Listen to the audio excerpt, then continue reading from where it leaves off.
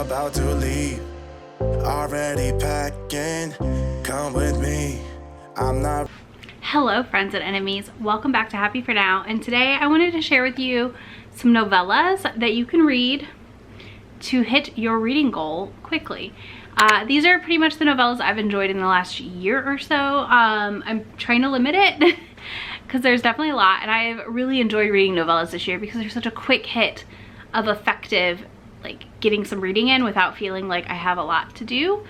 So I picked out some that are Christmassy themed and some that aren't, but they're definitely ones that I think are well worth your time to check out. If you're new here, be sure to hit that subscribe button if you want more romance content on the regular. I do post videos 3 days a week minimum, and yeah, there's a lot of good romance content out here.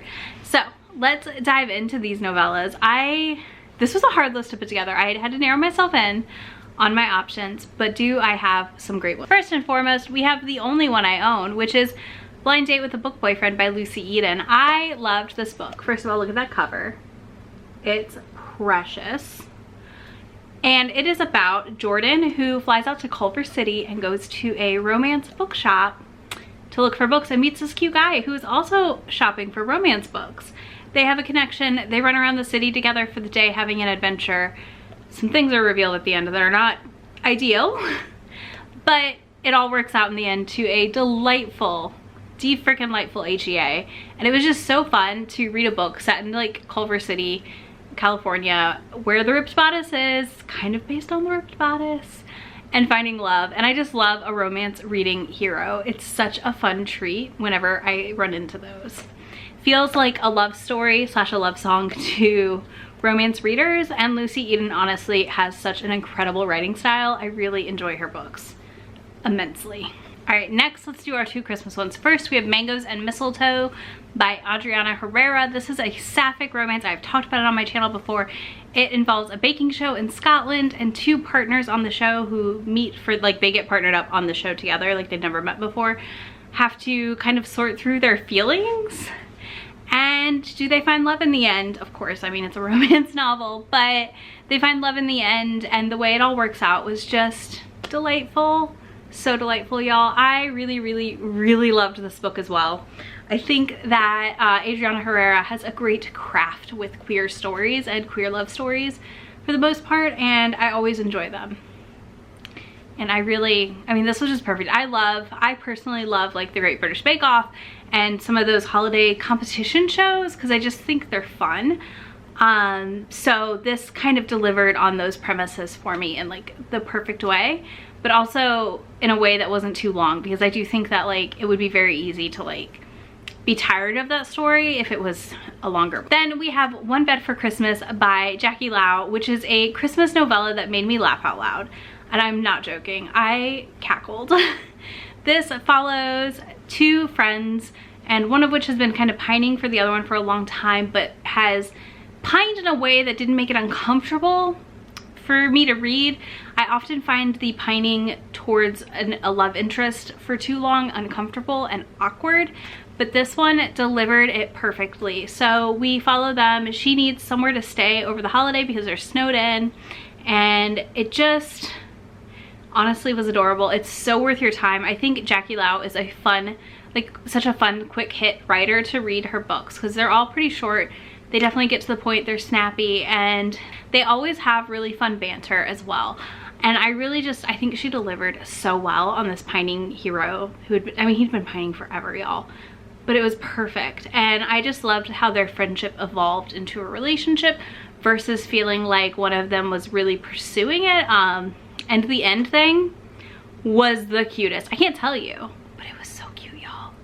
So cute. Next, I'm gonna recommend someone else who writes a lot of sapphic romances in general, which is Shira Glassman. She is a Jewish author and utterly delightful. I have read Cinnamon Blade by her, and I really enjoyed this. This is more of a paranormal, what if superheroes were real situation, and it's sapphic and delightful. She also has Knit One Girl Two, which is a sapphic knitting based romance. If you haven't read that, I would definitely recommend checking it out as well. I know that she just writes really fun quippy stories as well. I enjoy her sapphic love stories, and you guys know I have an addiction to sapphic romance. I love it.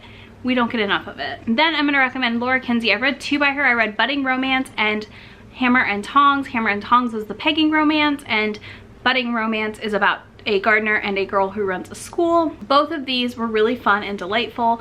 They were not over the top or dramatic. They're pretty low angst, kind of perfect for right now. There's a lot of discussion about identity in them, and again, just really great, soft romances to an extent. I know that sounds weird, but really they are. They were really, really good. I enjoyed both of them. I think all of her books are on KU, I believe, if I remember correctly. I'll mark it down below in the description box. Then I'm also gonna recommend a gothic kind of romance of sorts by Tiffany Reese, which is The Headmaster. I listened to this on Audible Escape, RIP. Still sad about that, y'all. Anyways, I listened to it on Audible Escape a long time ago, but I think it's a great read for the fall winter. It's a little spooky, but not too spooky. I think it had a great reveal at the end. I can't tell you too much about it because it'll ruin the story, but I enjoyed it a lot, like a lot. And it definitely had a great twist. Let's see, and then a couple quick fire honorary mentions for novellas I've loved. Of course, the 2 novellas in the Reluctant Royal series by Alyssa Cole, which is Once Ghosted, Twice Shy and Can't Escape Love. I particularly loved Can't Escape Love. This was also good. They're both really good novellas. You can't go wrong picking them up. I also really enjoyed Baiting the Huntress by Talia Hibbert, which again, it's December, but you could read it now. It is kind of based around Halloween. And what else do I have? Oh, Take a Chance on Me by Salika Snyder is a favorite. The audiobook of that and her other short story collection are on Scribd, by the way. If you want something fun, I really, really like Take a Chance on Me by Salika. I've talked about it extensively on my channel in the last year, so I feel like I can't wreck it again, but honorary mention. I feel like there's so many more, but let me know your favorite novellas or novella authors in the comments so I can go pick them up, because y'all, gotta smash this reading goal out of the park again this year.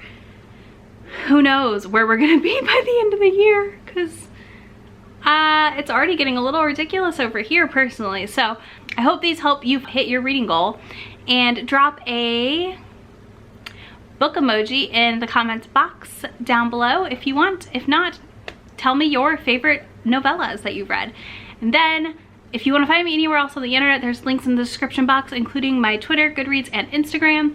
You can also find me on the Romance YouTuber Discord. There will be a link to it if you would like to join us and come chat with fellow romance readers and creators. Be sure to hit that subscribe button if you haven't already, and hit that like button. I will see y'all in a few days with my next video. Bye. Really asking, we'll get away to a place where we don't know.